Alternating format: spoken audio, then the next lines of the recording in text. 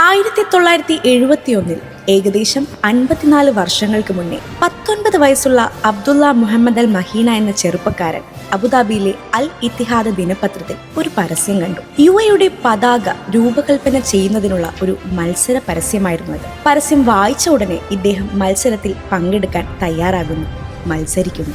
1030 ഡിസൈനുകളിൽ നിന്ന് 6 ഷോർട്ട് ലിസ്റ്റിൽ നിന്ന് ഇന്നത്തെ യുടെ പതാക ഉയർന്നു വരുന്നു. 4 നിറങ്ങളിൽ യുടെ പതാക എന്ന് ശിരസുയർത്തി നിൽക്കുന്നതിന് പിന്നിൽ ഒരു ജനതയുടെ കഥ തന്നെ പറയാനുണ്ട്. ചുവപ്പെന്നാൽ ധീരതയും നിശ്ചയദാർഢ്യവുമാണെങ്കിൽ പച്ച പ്രതീക്ഷയുടെയും സന്തോഷത്തിന്റെയും സ്നേഹത്തിന്റെയും പ്രതീകമാണ്. ശാന്തിയും സമാധാനവും വെള്ള നിറത്തിനാണെങ്കിൽ കറുപ്പെന്നാൽ ജനതയുടെ മനക്കരുത്താണ്. വർഷങ്ങൾക്കു ശേഷം 2013 വൈസ് പ്രസിഡന്റും പ്രധാനമന്ത്രിയും ദുബായ് ഭരണാധികാരിയുമായ Sheikh Mohammed bin Rashid Al മക്തൂമാണ് എന്ന രാജ്യത്ത് ദേശീയ പതാക ദിനമായി ഒരു ദിവസം ആചരിക്കണമെന്ന് ആശയം മുന്നോട്ട് വയ്ക്കുന്നത്.